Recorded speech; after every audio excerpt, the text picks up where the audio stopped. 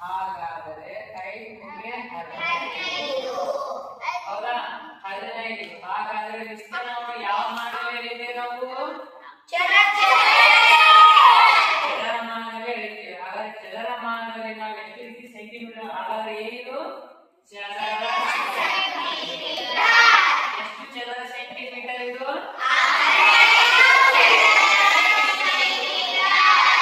15 ಚದರ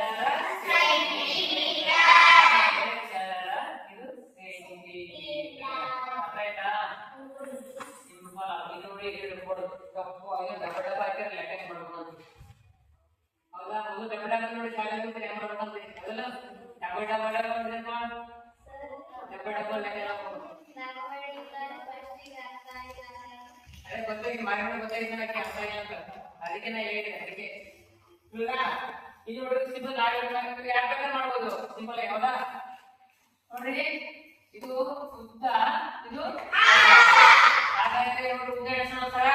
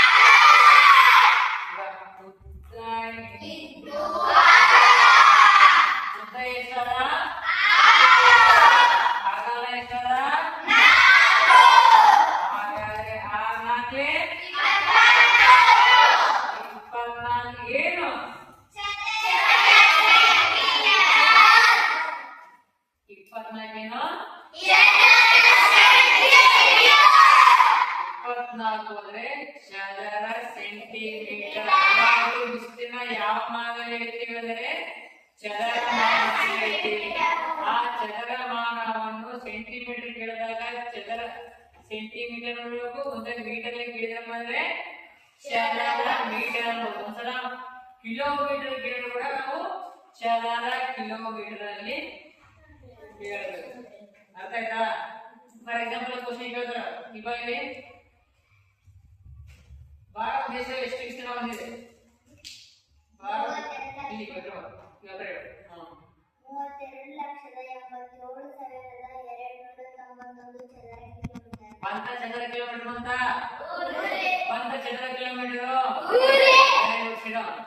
ಚದರ ಕಿಲೋಮೀಟರ್ ಅಂದ್ರೆ ಏನಪ್ಪಾ ಅಂದ್ರೆ ಒಂದು ವಿಸ್ತೀರ್ಣ ಸಂಪೂರ್ಣವಾಗಿ ಒಟ್ಟು ಸ್ಥಳವನ್ನು ಆಕ್ರಮಿಸುವ ನಮ್ಮ ಭಾರತ ದೇಶದ ಜಾಗ ಎಷ್ಟಾದ, ಸ್ಥಳ ಎಷ್ಟಾದ, ಕಂಪ್ಲೀಟ್ ಆಗಿ ಆವರಿಸಿಕೊಂಡಿರ್ತದ, ಆಕ್ರಮಿಸಿಕೊಂಡಿರ್ತದ.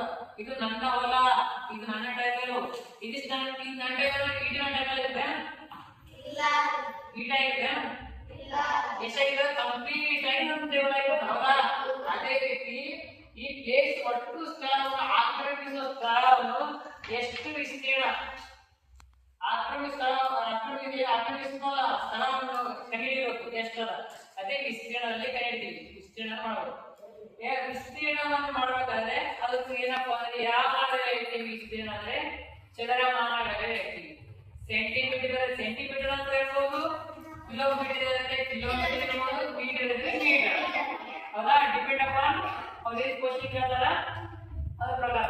ಹಾಗಾದ್ರೆ ಇಲ್ಲಿ ಯಾವ ಚದರಮಾನ ಯಾವ ಚದರ?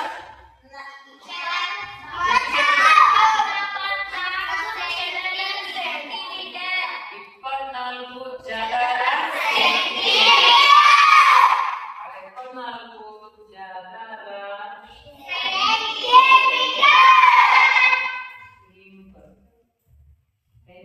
ಲೆಕ್ಕ ಗಣಿತ ಬಹಳ ಈಸಿ.